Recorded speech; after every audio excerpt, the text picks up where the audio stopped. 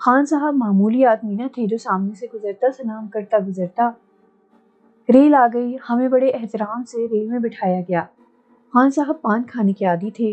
Rail چل پڑی تو پانوں کی ڈبیا اور بٹوا نکال لیا، مسکرا کر بولے، لو چندہ پان کھاؤ۔ خان صاحب میں پان نہیں کھاتا۔ اماں کھا لو، عید بقرعید پر تو سب کھا لیا کرتے ہیں۔ اور ہنسو، مسکراؤ، بری گھڑی گھڑیوں کی مہمان رہ گئی ہے، ایک وقت آئے گا کہ ان واقعات کو یاد کر کے ہنسا کرو گے، مگر چاند خان کو مت بھول جانا اس وقت۔ میں سسک پڑا اور خان صاحب نے میری گردن میں ہاتھ ڈال دیا۔ نہ چندہ نہ، مرد کی آنکھوں سے آنسو نہیں شعلے نکلنے چاہیے۔ نہ چندہ نہ، دشمن بھی مردوں کے ہی ہوتے ہیں، مرد ہو، مردوں کی طرح حالات سے مقابلہ کرو، بری بات ہے چندہ، بری بات۔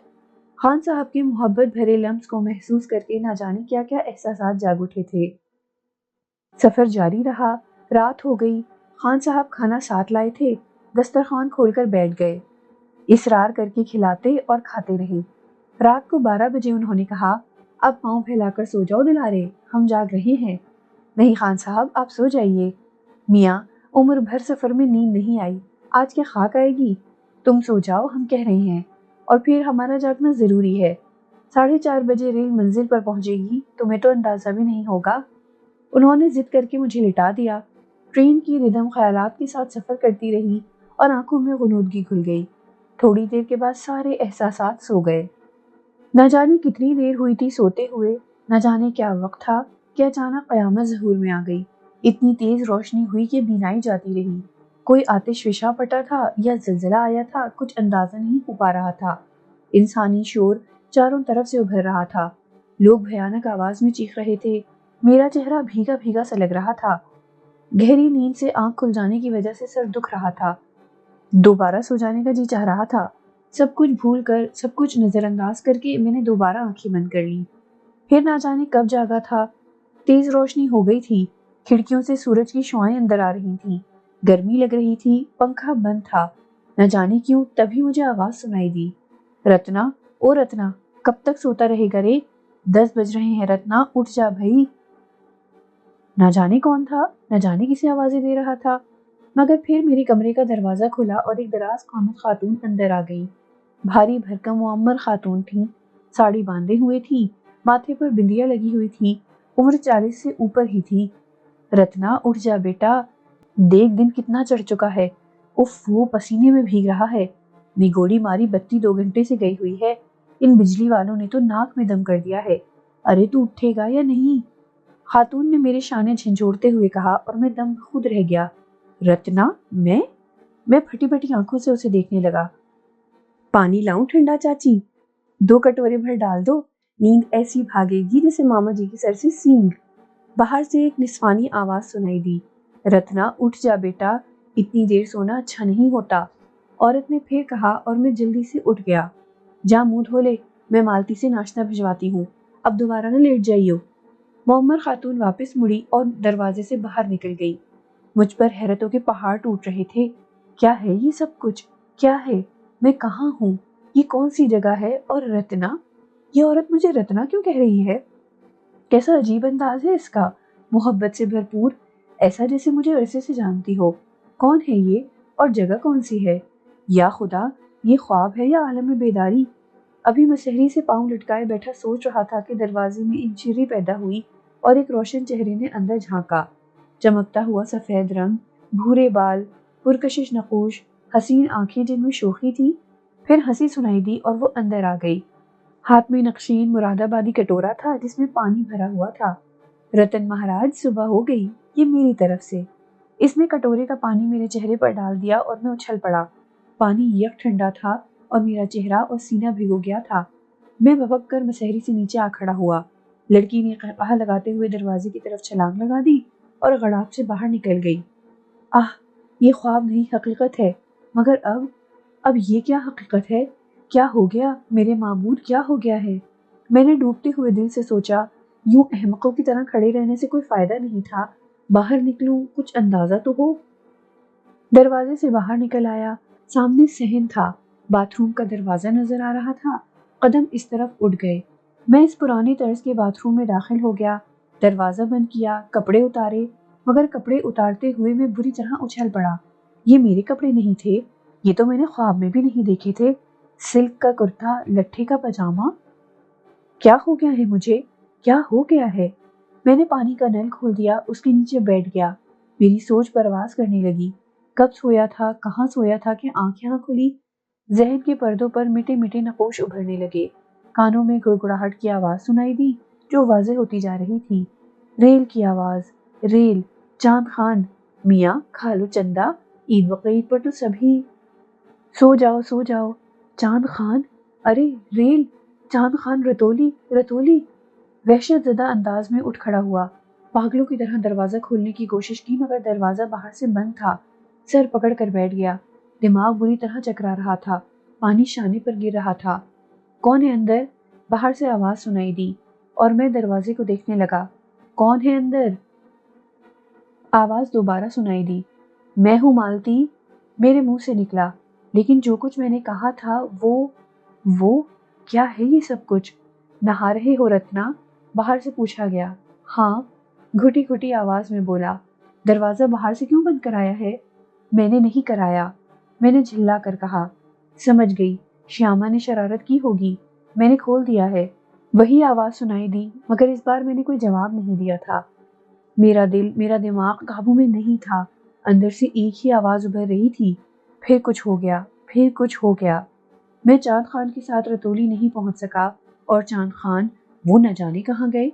میں ہوش میں ہوں اور نہ جانے کس طرح اس اجنبی جگہ آ گیا ہوں۔ اجنبی جگہ، رتنا، کیا بیتوں کا نام ہے؟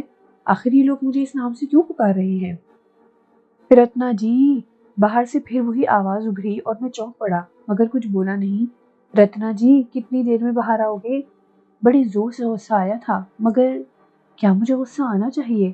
کیا میں اس پوزیشن میں ہوں؟ آ رہا ہوں بس، ہم نے ناشتہ لگا دیا ہے۔ باہر سے آواز ابھری اور میں گہری سانس لے کر اٹھ گیا۔ کوئی پاگل ہے، کچھ نہ سوچنے دے گی۔ نکلا جائے مگر دماغ ٹھنڈا رکھنا ہوگا، نہ جانے کیا ہوا ہے، کیسے ہوا ہے۔ نل بند کر دیا، لباس پہنا، بال سنوارے اور باہر نکل آیا۔ باہر کوئی نہیں تھا۔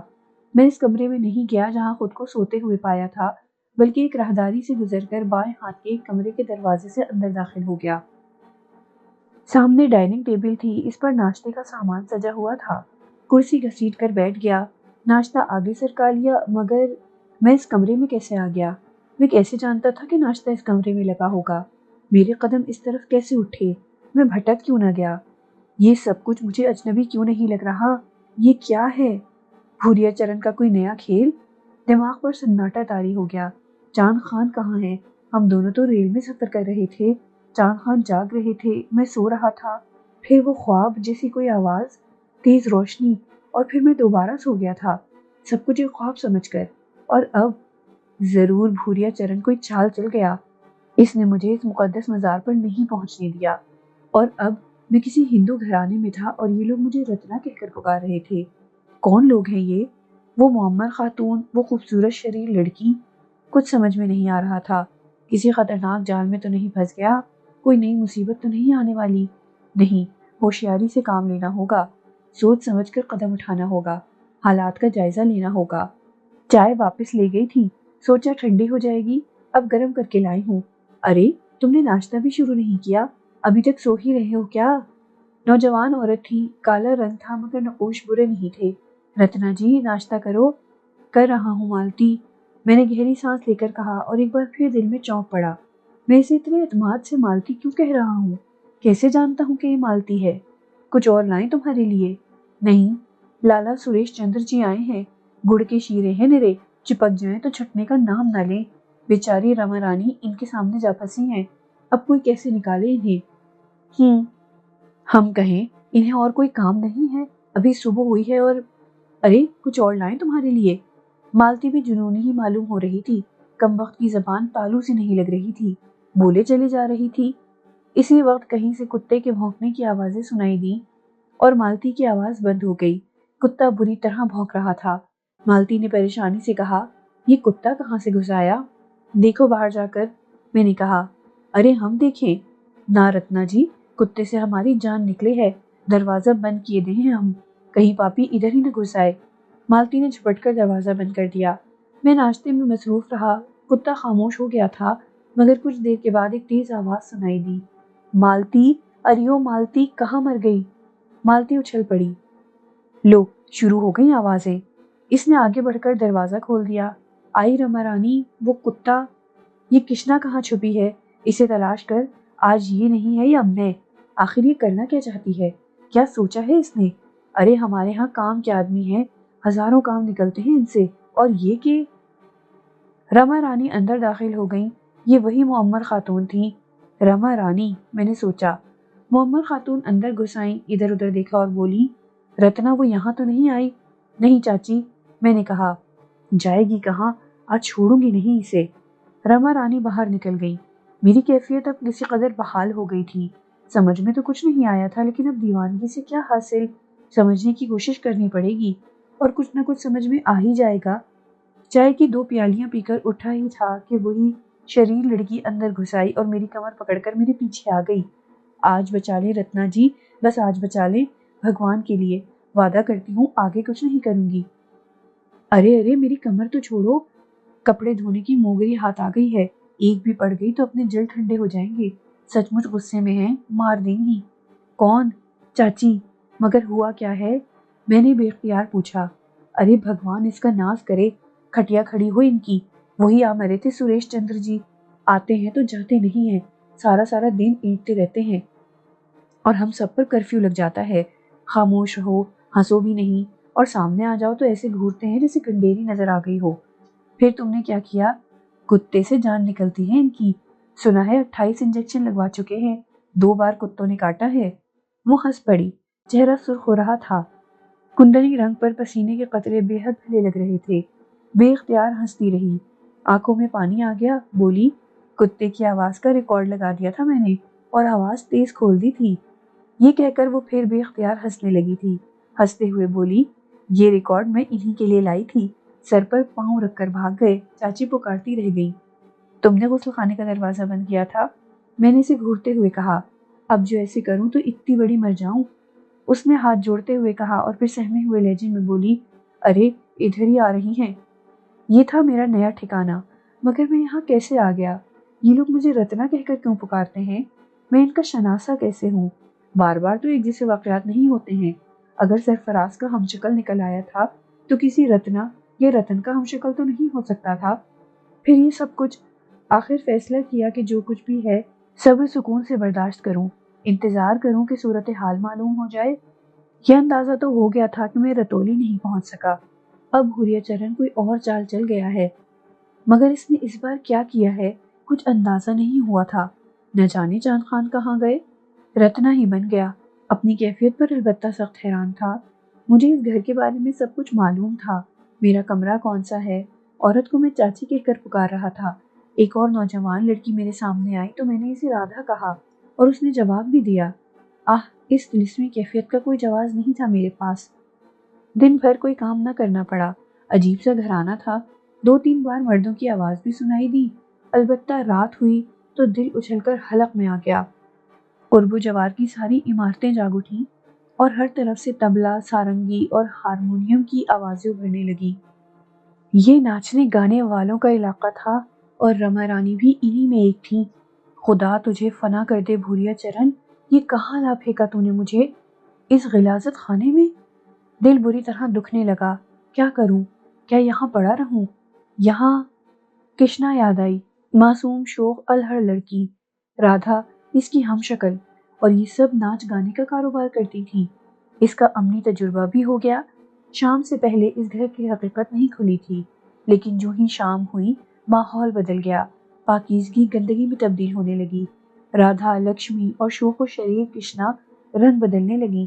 زرق برق لباس، چہرے پر مصنوعی اشیاء کا نکھار، اور پھر وسیع و عریض کمرہ، سفید براق چاندنیاں، طبلہ، سارنگی، ہارمونیم، ان کے عقب میں نکیلی مونچھوں والے سازندے سازوں کے سر درست کرتے ہوئے۔ میں پابند زنجیر نہیں تھا، یہاں سے بھاگ سکتا تھا، لیکن کہاں؟